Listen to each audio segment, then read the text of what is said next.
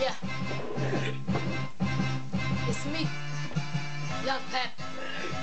Before Young Pappy dropped tracks like Shooters, Two of Everything, Homicide, and Killa. I got money, I got bitches and settle. Bitch, I was getting caught with this and go better. No season, this shit, I'm smoking no metal. Flash keep me out like I'm rolling out the Adderall. Before surviving a string of shootings targeting the up-and-coming rapper. Bro taught me to shoot, and I taught folks how to shoot. Nigga, you don't even know how to shoot. I ain't saying I'm a pro when I shoot, but the ops can't flex my name. Niggas know what I do. Before Young Pappy lost his life on May 29, 2015, murdered by rival gang members. Young Pappy grew up on the north side of Chicago, an aspiring drill rapper who had practiced his craft from the tender age of just 4 years old. He's been cited by the likes of Lil Bibby and Montana of 300 as one of the best rappers in Chicago, one who might easily have cracked the mainstream if it weren't for his untimely passing. Much debate still swirls surrounding the circumstances of his death, with many painting the shooting as a response to the mockery he made of rival gangs in his lyrics.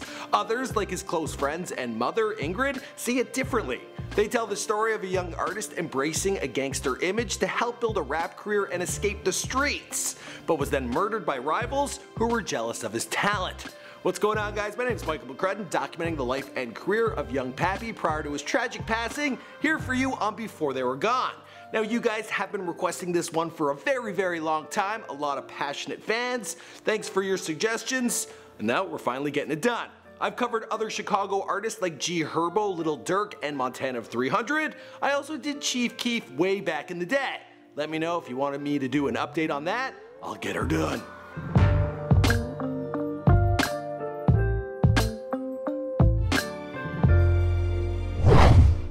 Nigga better have lead if he tested me. Gold digging bitch on my line texted me. She want Chewy, Gucci, Louis, Prada. Bitch, I'm the man and I spend not a dollar. That answer is nada. Young Pappy was born Shaquan Jerome Thomas on May 10, 1995 in Chicago, Illinois, and raised primarily by his mother Ingrid Thomas. Growing up on the north side of the city in Uptown, Edgewater, and Rogers Park, Shaquan first started rapping when he was just 4 years old. He was taught by his older brother Ryan, who is still rapping today under the name Boo Double. My heart cold, sometimes I feel so weak. I lost my brother, think I need another drink. Young Shaquan continued to develop a passion for hip-hop and mastered his freestyle skills. As early as 2007, when Young Pappy was just 12 years old, he began uploading his music to platforms like Spinrilla and YouTube. I never have a bitch that'll leave me.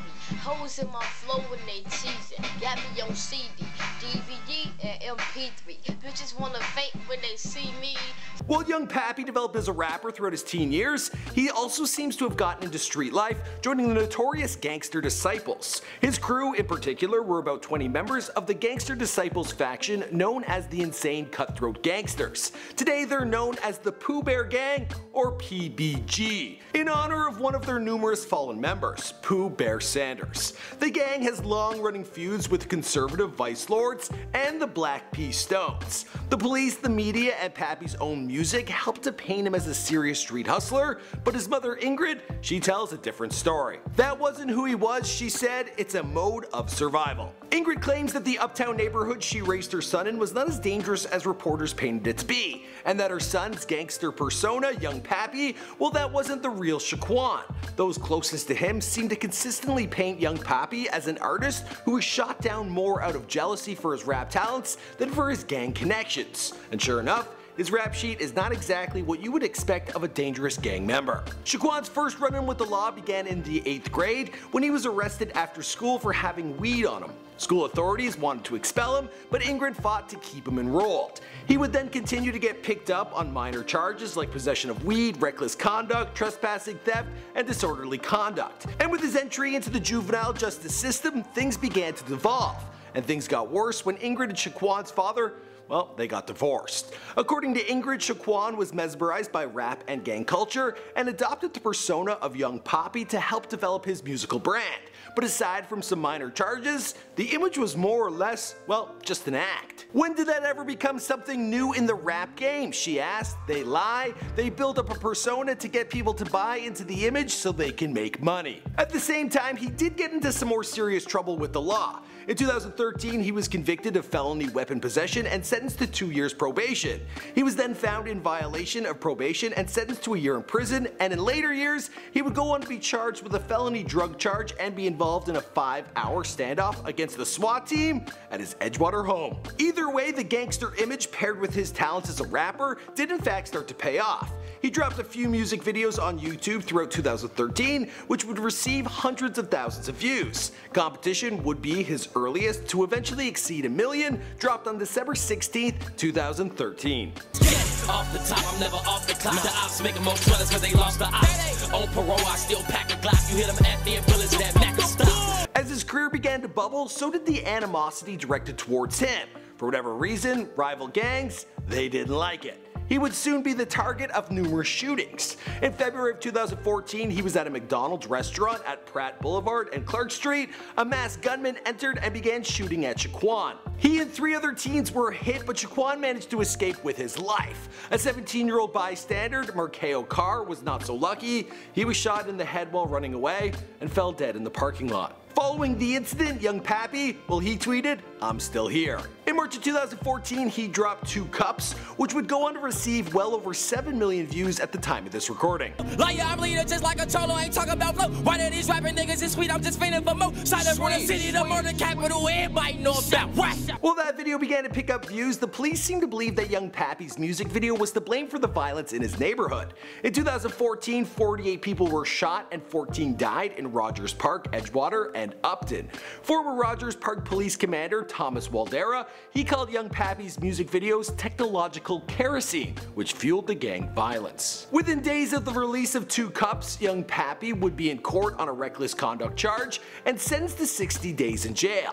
After his release, he got to work promoting what would be his first official mixtape. On July 13th, the rapper would once again be the target in a shooting. This time, he was walking down Devon Avenue near his dad's house when an unknown passenger was allegedly ordered by conservative Vice Lord Eric Vaughn to shoot Young Pappy. Once again, Pappy survived and escaped the shooting unscathed, but a 28-year-old photographer, Will Lewis, who was taking photos of the rapper at the time, caught the volley of bullets meant for Shaquan and died as a result. As for Young Pappy, well, he got right back to work on his music, and 2 Cups Part 1 was released on August 21st, 2014 on Spinrilla. His more explicitly violent titled song, Killa, would follow in November of 2014 and become his most popular music video ever. At the time of this recording, it has nearly 24 million views and counting. Semi-automatic, it took off a nigga back. I wish a nigga would try and run up on back. Yeah, I can fight, but I run out strap, I run out bowling nigga. 2015 would bring more music and more violence for Young Pappy. At one point, he returned to the same McDonald's where he was shot and almost killed the year prior. This time, he got into a fight which moved outside and down the street, and the man he was fighting ended up with a bullet in his leg.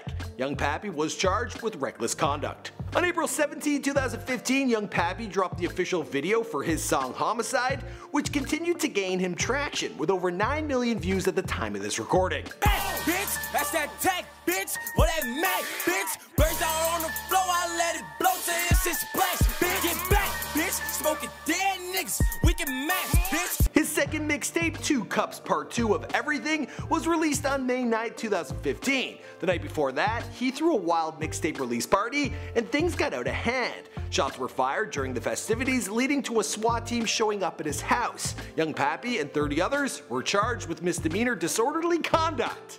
Just another one on the rap sheet. On May 22nd, 2015, Young Pappy dropped Shooters featuring Lil Sean, and this song, well, it would become the one most associated with his death. Got a whole lot of shooters, whole lot of size, whole lot of shooters, whole lot of size, whole lot of shooters, whole lot of size. 1 week later, Young Pappy's life would be tragically cut short. Around 1:35 a.m. on Friday, May 29th, he was with a friend in the 4800 block of North Kenmore Avenue when a gunman walked up and started shooting. Shaquan was hit twice in the back and rushed to Advocate, Illinois Masonic Medical Center.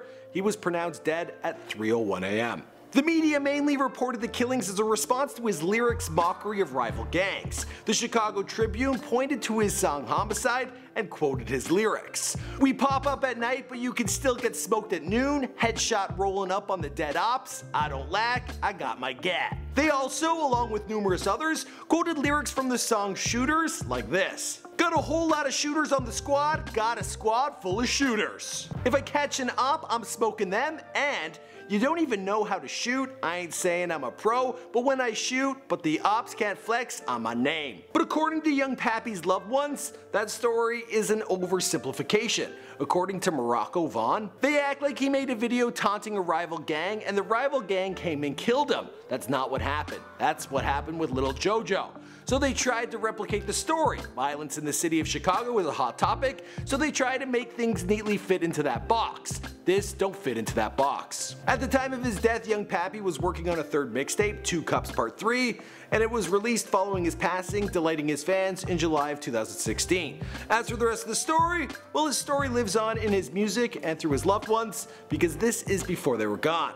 My name is Michael Pratt, thanks for checking out this video. We've done other videos like this in the past. We did L.A. Capone. We also did, who else? Rondo number 9? That guy. I think that's his name. Anyway, should have browsed around, hit subscribe, check out our other videos. See you guys in another one.